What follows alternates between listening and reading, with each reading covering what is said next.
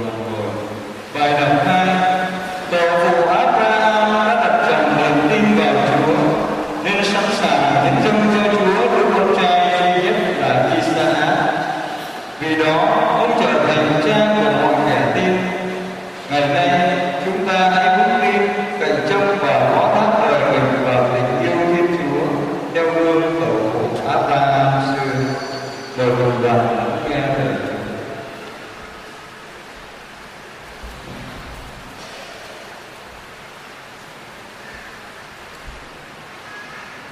Bài trích sách xuất hành.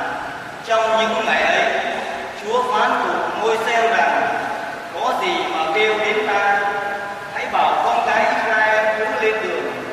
Còn ngươi đưa gậy lên và giơ tay trên biển, hãy phân rẽ biển ra, cho con cái Israel đi vào giữa lòng biển khô cạn. Còn ta sẽ làm cho lòng người Ai Cập ta chai đắng, chúng sẽ rượt theo sau các ngươi. Bây giờ ta sẽ tỏ vinh quang cho Pharaoh, toàn thể quân lực chiến xa và kỵ binh của vua ấy biết. Người Ai Cập sẽ biết ta là Chúa khi ta tỏ vinh quang cho Pharaoh, chiến xa và kỵ binh của vua ấy biết.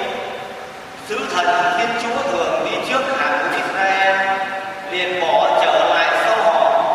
Cột mây cũng thường đi phía trước, cũng theo sứ thần trở lại phía sau, đứng giữa hàng của Ai Cập và hàng của Israel. Và đám mây thường soi sáng ban đêm trở thành mùa mịt, đến nỗi suốt đêm hai bên không thể tới gần được. Môi-se giơ tay trên biển, thì bằng một cơn gió đông thổi mạnh suốt đêm, Chúa dồn biển lui và làm cho biển khô cạn, nước rẽ ra và con cái Israel đi vào giữa lòng biển khô cạn. Nước dựng lên như bức thành hai bên tảng hình. Người Ai Cập đuổi theo, toàn thể binh mã của Pharaoh, chiến xa và kỵ binh đi theo sau Israel vào giữa lòng biển. Lúc gần sáng, qua một mây lửa, Chúa nhìn xuống hàng của Ai Cập, gây rối loạn trong hàng của chúng. Người lật đổ bắn xe tiến tới thật vất vả. Người Ai Cập nói: ta hãy chạy trốn Israel, vì Chúa chiến đấu giúp họ chống chúng ta. Chúa phán bảo Môi-se: hãy giơ tay trên biển để nước trở lại vùi dập người Ai Cập, chiến xa và kỵ binh của chúng. Môi-se giơ tay trên biển, và lúc tảng sáng, biển trở lại như cũ. Người Ai Cập chạy trốn, ngập ngay nước biển ập lại. Chúa xô chúng ngã giữa lòng biển, nước trở lại, vùi dập biển xa chiến xa và kỵ binh. Toàn thể quân lực của Pharaoh đã theo dân Israel xuống biển, không còn tên nào sống sót. Còn con cái Israel đã đi giữa lòng biển khô cạn, nước dựng lên như bức tường thành hai bên tảng. Ngày đó, Chúa cứu Israel ra khỏi tay Ai Cập, và họ thấy xác người Ai Cập trôi dạt đầy bờ, và thấy cánh tay oai hùng của Thiên Chúa đè bẹp Ai Cập. Toàn dân kính sợ Chúa, tin vào Chúa và bảo Môi-se tôi tới người.